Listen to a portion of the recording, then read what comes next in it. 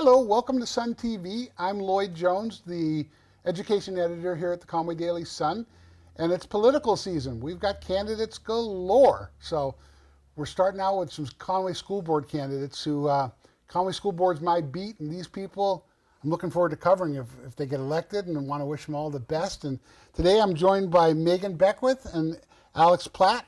You guys are running for 3-year seats on the school board. There's 2 open seats, and thank you guys for your willingness to serve our community. That's a big deal, a big time commitment.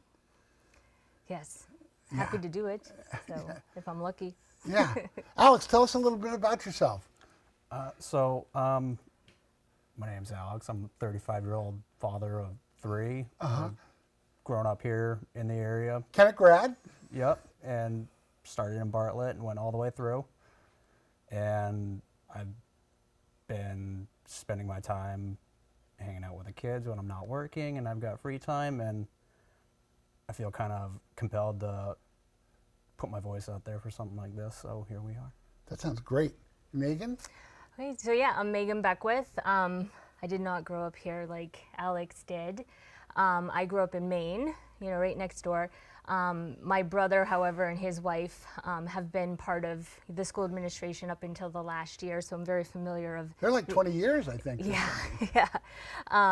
And so I'm very familiar with what has happened in the school district over the last 2 decades, as well as my 3 nieces are now, students in the district. And I moved to Conway a couple years ago, kind of like taking advantage of that pandemic relocation trend. Oh, so you could work remotely? Yes, and I can still work remotely. It's quite nice. But it allowed me to be closer to family. So I'm very close with my brother, my sister-in-law, my nieces, and now, Conway is my place. And then having attended the last 3 deliberative sessions, which for me is a very interesting form of governance, I noticed there were some ways that maybe I could help the board and with my background, which is in helping organizations with their financial management aspects. So looking at budgets, risk management, helping them really make sure they're using their money the best way possible. So really wisely. So I thought I have some skills. Maybe I could help. Yeah. So what was it that interested you guys in the 3-year seats? Didn't want to, you're going to dive right in, might as well dive in the deep end instead of going for the 1 year? Or? Yeah, just when I got there, they seemed a little taken back. And no one was signing up, Alex. I was getting there. worried. There was 1 person. Yeah. And the 3-year was completely open. I said, why not? Yeah. Good. I will admit, I think I'm the last person, so you got there way before me. I think I'm the last person to sign up. But for me, quite honestly, I think if you really want to impact change, it's hard to do it in a year. So I think it takes 3 years. In my experience, sometimes even when I support like a new program or a new agency, I'm going to say the word agency, like sometimes it takes 6 to 9 months to really understand what is happening. And understanding I don't have the history. There's a lot of people that have the history. You'll speak to some others, like Alex has the history of being a student. I don't have the First history. class to graduate from the new high school. I still call it the new high school. It was fun. See, so that's where it's like I want to have the time to not just be, a random flyer that's, not taking the time to learn and understand. What strengths do you think you'd bring to the board, Megan? It really is my understanding of, one, not just local government budgets, but overall like public budgets. So government budgets, in the fact that since you have to prepare in advance, set your budget request months in advance before you actually start using the money. Yeah, we budget 18 months out, Yes. which is kind of crazy. And it's hard to plan in that sort of scenario. It's hard to plan.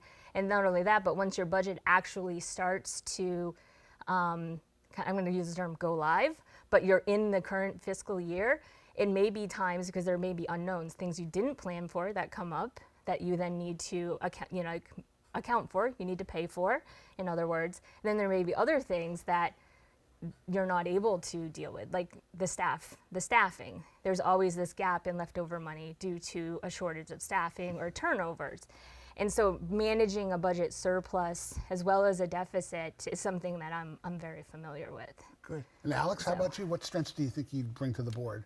I've always kind of approached everything with a super unbiased opinion in my personal take. That I like to look at things as a whole and considering what's important at that time, I think I have a really good problem or just a solution approach to finding what needs to be done. That's good. That's great. And, you know, we could end up serving together. That's right. It could be. Yeah. The Platt Beckwith ticket or the Beckwith Platt ticket. Who knows? Who knows? Exactly. Absolutely. That'd be pretty cool. So, do you have any goals if elected? Alex, any goals? Just to get a better feeling of the way where the students sit and how they're doing, kind of their environment. I feel like things are just escaping them. They're not having all the opportunities that we got, and that just feels awful. And I bet, yeah. just want to get things back to a point where they're going to be doing well, because I don't feel like they're being set up for success. Well said. Yeah, Megan? and I would agree with that. I think basically looking at the outcomes. So how is the school performing educationally, but also understanding that, from my opinion, the educators, you know, so the school administrations, they're going to be the ones that lead day to day what's happening and how the students are performing. But my role would be to provide oversight, to make recommendations and suggestions, hopefully, you know, with the rest of the board as well, and so to impact educational change that way. Some other areas I want to focus on, I think, you know, hearing in the deliberative sessions as well as reading the minutes, there's a staff retention issue. Ooh, we have a big time problem. Yeah. And that impacts education. But so then also looking at how do you recruit and retain? And some people might not like this, but quite honestly, retention isn't just about the salary an individual receives. Retention is about, do you like where you're working? Is your voice heard? Is it a culture of understanding and belonging? Do you get mentorship? That's Exactly, a big thing. yes. And so it's, sorry, go ahead. No, I'm sorry, continue. So I was going to say, so in that regard, I really do want to look at that, because that is alarming, knowing that it's an issue. Staffing is an issue. It's not you know, localized to Conway. It's a national issue. But how can we keep the good teachers we have? That sort of thing. And then the other thing, I'm going to harp on the budget thing. Like, I think someone made a comment at the deliberative session, like, I hope someone really understands numbers. And I'm like, I'm that person. Like, I love numbers.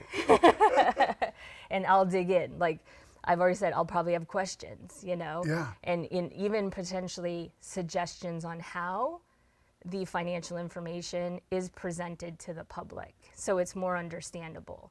Because I've gone to that session and sat with other people, and they've asked me, what does this mean? Yeah. And me, without having the details, I said, well, you know, I've been able to explain just what's there because I'm familiar with the schedules.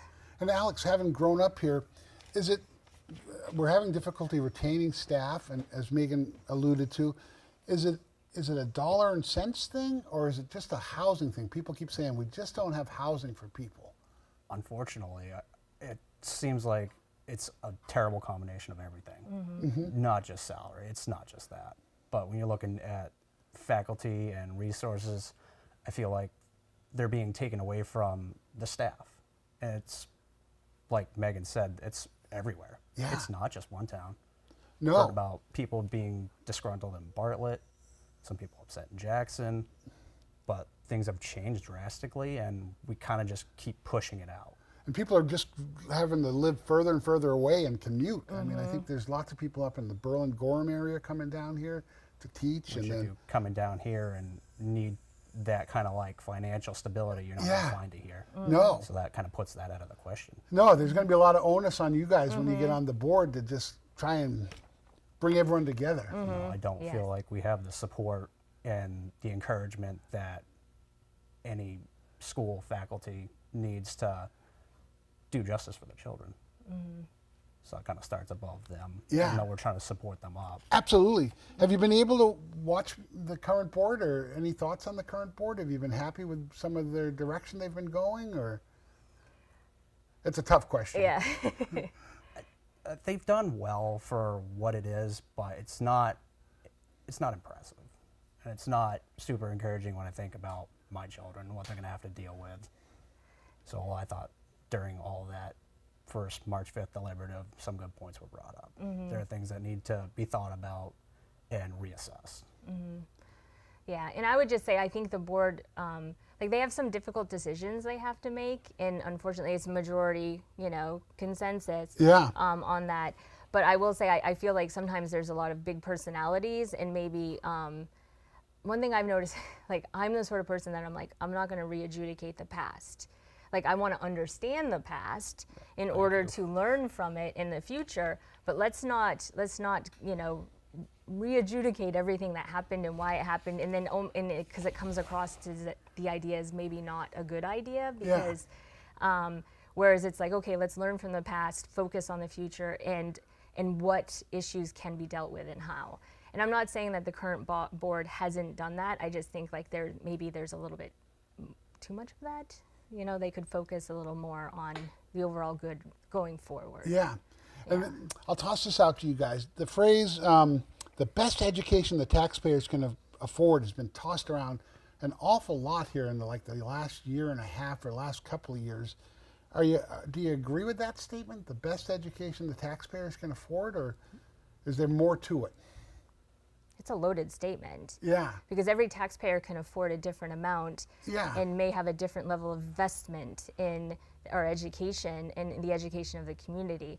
And I'll tell you, me your child is not yet in school, right? Yeah, but it's 2 are. Yeah. Oh, okay. 8-year-olds. So, like for me, I have no children. I have my nieces, so I look at them.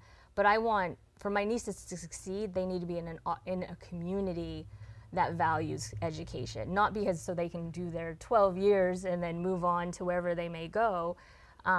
It's so that they're surrounded by people who are encouraged to learn. Mm-hmm. So that's my take. But the word investment, the worth is gonna vary by person, and my value may be different than Alex's value or yours. So. Well said. What do you think, Alex? Kind of similar, not exactly with what Megan said, but it's in the same direction. Is it? But it seems like an excuse. I think a lot of people see it as that. Just like that, I think everybody, especially people with children, and even people without children, get at the morality line. Like you're going to be willing to do that if you want them to do well and you want them to succeed. Yeah, you do. To give them the resources and things that they deserve, they need it. See, we had it. Things were a little easier, actually a lot easier. Yeah. But if that's where it falls, that's not enough. Well said. I think now everything is kind of a lot of people just look at the dollars and cents, and I think it was 28 years ago when I first started covering the school board. We were doing the tax rate based on a $100,000 home, what it would cost you, and now it's based on a $500,000 home. And it's like, holy moly! Everyone just concentrates on those dollars and cents, and it's like, we're here for another purpose. The kids. Yeah. We want the kids to succeed. Exactly. Yes. I mean, I don't want anyone to start out feeling like they've got a strike against them. We want them to get in that school and love it. And for so many of them, it's a safe haven for them and just an opportunity. And we got to do all we can. I'm on my soapbox again. Every time I do this, Rob, I get on my soapbox. I don't know why. Let me lighten the mood a little bit. When you guys were in school, what was your favorite subject? I know what mine was. Mine was I guess it was English, but really it was reading. You know what I mean? All through school, I remember the first time we were able to do independent reading. I think it was maybe 5th or 6th grade, and I got to pick my first book. I still remember the plot of that book. I don't remember the author's name. Shame on me, but What was the book? Can you remember? it was scandalous. It was about a girl who took off her shirt at a football game in the stands. You're reading that in the 5th grade, Megan Beckwith? I know, but she wasn't totally topless, but it was like the scandal it created, and it was the difference between sexes, and whether or not shirts are required. So it sparked, that was a very early thought for me about life in general. So I would just say reading is impactful. I read a lot still to this day. And to me, it's foundational. I could tell you which ones I didn't like, which classes I didn't like. like advanced calculus and stuff. I mean, I still remember it. You're a numbers person. I am, but I I like those. yeah, but those are like sine, cosine, Yeah. sin. Oh my gosh. Like at least I know what they are, but don't tell me to use them. So I'd have to Google that. Alex, how about you? Was there a favorite subject for you? There was actually. It was not in the core curriculum. It was art for me. Was it really? Yeah. Ooh. I think maybe it was the teacher. She was super passionate, and the level of joy she had with the kids, she was able to bring that to every single one. Who was the art teacher back then? Was it Terry time it Brooks? was- No? No, it was McLeavy. Oh, June. Yeah. Oh, up in Bartlett? Oh, she's great. Yeah, it was awesome. That was probably the best hour of my life Was it really? in school. Uh-huh. Oh, absolutely. And then I threw this question out to Rose and Joe, and I asked them what their favorite high school lunch food was. And Joe was just crazy about a meatball sub. He just Really? went on and on about a meatball sub. Did you guys do brown bags, or did you do school lunch? Or I was obsessed with the salad bar. were you really? You you had had a salad salad bar bar? options. Yeah. Well, I never had At that least when I in was the in school. old Kennett location. Yeah. Before, they must still have a salad bar. I think they do. Now they've got a pizza station and some other stations. Good Lord, let them get creative. Yeah, we didn't have any of that when I was at Kennett. It was just No, I like the choices. Bring your tray I like in. being able to make my own thing, Uh-huh. and you just go take care of it. oh good. Nice. How about you? No, Megan? for me, I think I started bagging lunch, like bringing a bag lunch in high school. But I think before that, I think it was Fridays were pizza day, you know, and you get like the big square Yeah, pizza. I got the big square Yeah, yeah. French So- bread. Yeah, And that was because we didn't have pizza all the time at home, so it was, nice treat. yeah. All right, now let's get back into the heavy stuff. The warrant articles. We got 14 of them. So the biggie, I guess, will be the budget. A lot of people are discussing the budget. It's currently the proposed operating budget is $41,637,542. If that fails, it'll be the default budget, which is about $650,000 less. Last year, the regular budget failed, and we ended up with the default budget. Would you guys support the current budget, or recommend going with the default budget? I support the school budget's recommended budget, so Yeah. the 41. The 41 million? Yeah, with offset. I also, and I know I don't want to get ahead into the other No, go right articles, ahead. But I also like the idea that they're trying to then take, if there is any budget surplus at the end of the year from the revenues collected, to then put those into special funds. And that to me is good planning without then impacting future tax bases. Some people may disagree with that, but I think that I want them to be able to do that, because some of those special funds, I think are required, or not required, are really warranted and Yeah. necessary given the day and age we're in. Yeah. How about So- you, Alex? You support the budget as presented, or would you go with the default budget, or? No, I would support the proposed budget. Yeah. Be a little bit higher than the undershoot, because if everything's accounted for, hopefully that all goes well. Yeah. But things happen. I mean, if we get saddled with the default budget, you guys on day one are going to have to make some tough decisions. Yes. And Yes. it looks like the only way to get that is to cut programming and staff, which would be a real shame. And then another biggie. This is another biggie. Article number 9 seeks $1.8 million to go into the maintenance trust fund for school buildings. It's the second year in a row we've presented that article.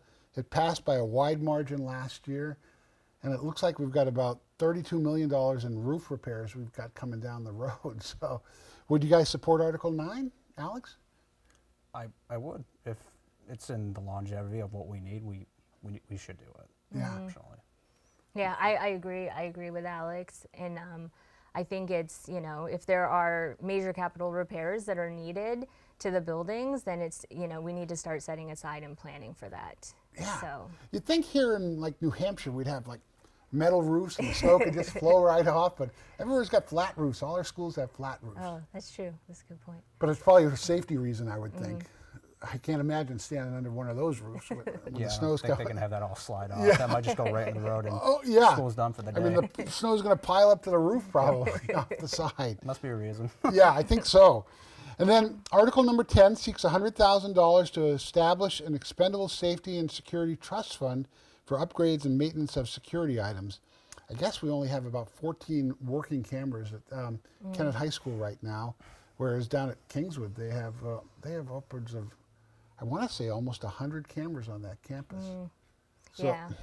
And so this one, I certainly support this article. And what I find interesting, and I think there was a question like, is $100,000 enough? yeah, And because I think later on it asks if you approve this article, would you support adding another $200,000? Yeah, like a transfer in from the surplus. Yeah. But in this case, it's really giving them the ability to establish the special fund, which I think that is critical because there is that need to invest in security. And it's not just physical security. So like you mentioned, the cameras, and different barriers in the school, whatever they decide to put up. But it's I think they mentioned cybersecurity. Yeah. So there was an incident I think it was in southern New Hampshire, I think within the last week, where there was a cyber attack. I think it was in Pelham. And they have, like, nobody can use their technology for 2 weeks. Yeah. And that impacts education. Oh, but my gosh, the classrooms are going back to books and Yeah. there's mayhem down there. Yeah. So they say the key about cybersecurity is there will be a breach. It's how fast you detect it and prevent it from spreading. Yeah. So to have that type of, basically software mechanism in place, I think is important. So. Alex, you agree on this one, or? I do, actually, very much so. Kind of same thing as Megan said. A little less detail, but it's a first line of protection when something happens. So. And it must be something for you as a parent. I mean, you're probably being, your kiddos, 8 years old, they're probably being told, we're going to do a safety drill today in school and something. I've been in the high school, I think 3 times, and we've gone into lockdown, and it's a little hairy and scary, I think. I can't imagine for the younger kiddos who've got to go through that, and it's just sad that we have to go through that. Yeah, unfortunately, things have changed, and it's more noticeable now than when we were all younger. Yeah. And it wasn't necessarily a joke, but it didn't happen. No, We've dealt with it more now, it seems like, in the last 10 years, even sooner, and it's going to increase, unfortunately. yeah, there were students who used to bring their hunting rifles to school Oh, and geez. stuff, but They're smart, they get creative, they Yeah. learn tricks. You Yeah. know, the internet will teach them anything they want to know. Oh my God, yes. Yeah, it's scary what you But, could learn on that. It's the same tool that we would, sorry, No, don't worry. lost the word for it. But anyway, we would benefit greatly by using that, Yeah. and it'd be foolish not to. Yeah. And then this is the article which I think may be not the most controversial, but I wonder if it'll pass or not. It's article number 11. Do you support $214,000 for the design phase of potentially relocating the front of Kennett High School to the rear of the building? We've spent $50,000 last year to get some architects in to kind of draw up a little bit of a plan, and now we're going a little more in depth with looking at every wire, where we should place everything, and then people are just saying this is going to lead to a multi-million-dollar project, but no one's given a figure on what it will cost to do the actual construction. Do you have a thought on this one, Alex? I do have a few thoughts on it. Yeah. Not gonna lie, it sounds like a very uncertain topic as to where it could go. Yeah. And to me, it doesn't seem like it should be done, just because of the level of investment that it's going to take to do it. And where you don't know, it could be absolutely terrible. Yeah. And just hurt too much. And you having been a student there, was it difficult to go around to the front of the school, or did you? Well, it seemed like at the time they did it intentionally. Yeah. Because they didn't want you to encourage you to like be late for any reason. Yeah. It was then a process to get you back into the school. But during the deliberative, somebody brought up a good point. Like, it could just be as easy as not having to walk along the road, making Yeah. a path or a walkway, very cheap, Yeah. and it would work for what it was. Yeah. I feel like we need to How move about you, on. Megan? Yeah, I would say this is one of the articles where I'm like, I really wish there was more discussion because, like, Yeah. I understand it's just the design costs, and so I'm hopeful that it doesn't lead to any long-term commitment. Like there will be eventually like more votes to be had for additional spending. But quite honestly, and again, without re-adjudicating the past in the sense of why was the entrance put at the front of the school versus the back, what have you, to me it's just like, okay, let's figure out, the entrance is there. Like let's figure out what we can do, like lower cost, like you mentioned. Yeah. And then to still make the school safe. Absolutely. It just seems, I don't know, maybe enough wasn't shared publicly about it. But I question, as you walk in that back entrance, you've got all the Votech stuff here on the left. Are you going to have to relocate that to the new front of to the rear, what'll be the rear of the school now? And then you got the gymnasium there. We're not going to move the gym, for heaven's sakes. I hope not. I just don't know. Yeah, and that's what I would say. It just leads to more questions, and there may be more capital improvements for the high school that are maybe higher priority or more pressing than this. Yeah. So who knows? Then go for it. No, I was just saying I agree. Yeah. Then the biggie is Article 14. Do you support changing the elementary school names from Lakeside and Mountainside to Pine Tree Primary and Conway Intermediate? I can't believe the amount of discussion that's going on Facebook and in the community. People are talking about it, and it's like, oh boy.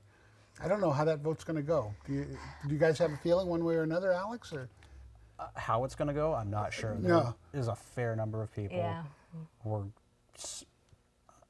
probably, understandably, super upset by it. Yeah. They grew up their whole life. They have an identity. Now, do your kiddos go to Mountainside? Are they over there or Lakeside? Lakeside. Okay, Lakeside. The amount of time it took me to get that under my hat was Yeah. too much. Lots of effort on my part. Absolutely. But shame that it already happened. It didn't need to. But, you know, it is what it is. Let's not continue to beat it in. More resources to it in time. Yeah. And that's the thing for me. Like, I honestly have, my thought is the school names are changed. Do we really need to keep talking about this? But I will say if I am elected to serve on the school board and this passes to change the names, I will support it as a school board member, you know, and help the district, you know, make that change. But it's a ballot initiative, so the voices will be heard. We'll know, you know, the yeas and the nays. Yeah. And so hopefully, regardless of how it goes, this topic could be put to bed. It would be really nice. It'd be really nice to get it put to bed. I agree. So election day, just over, what are we, less than 2 weeks away? Are you guys going to be out campaigning a ton or anything like that? Or My sister-in-law wants me to go out and campaign.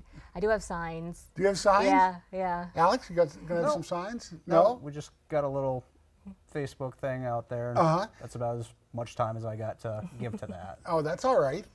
So we're almost wrapping up.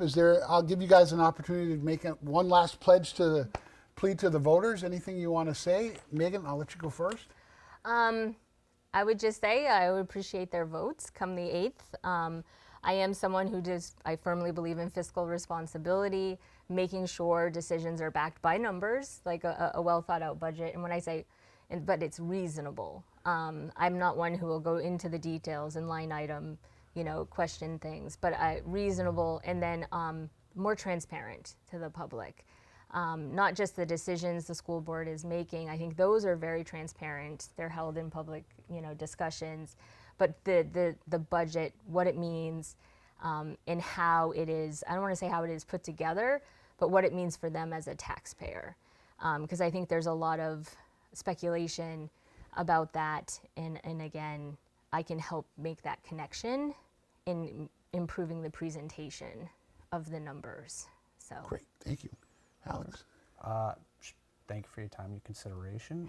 Anybody coming out here to do this is trying to do better, I think, by the community, for the children, and everybody's Perfect, gonna have right a voice, reasons, an yeah. opinion, and if I get to be part of that group, be exciting. I would love to bring in as much realism as possible, and just kind of the person I am. I like to be level.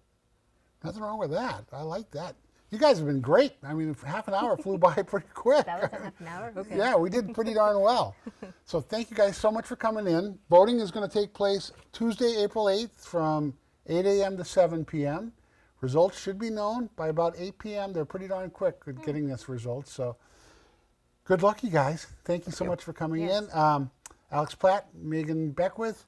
I'm Lloyd Jones for Rob Struble. Thank you guys for watching. Get out and vote, and you can register to vote on Election Day. So thank you all, and thank you guys so much. Yes, thank you. You guys killed it. You're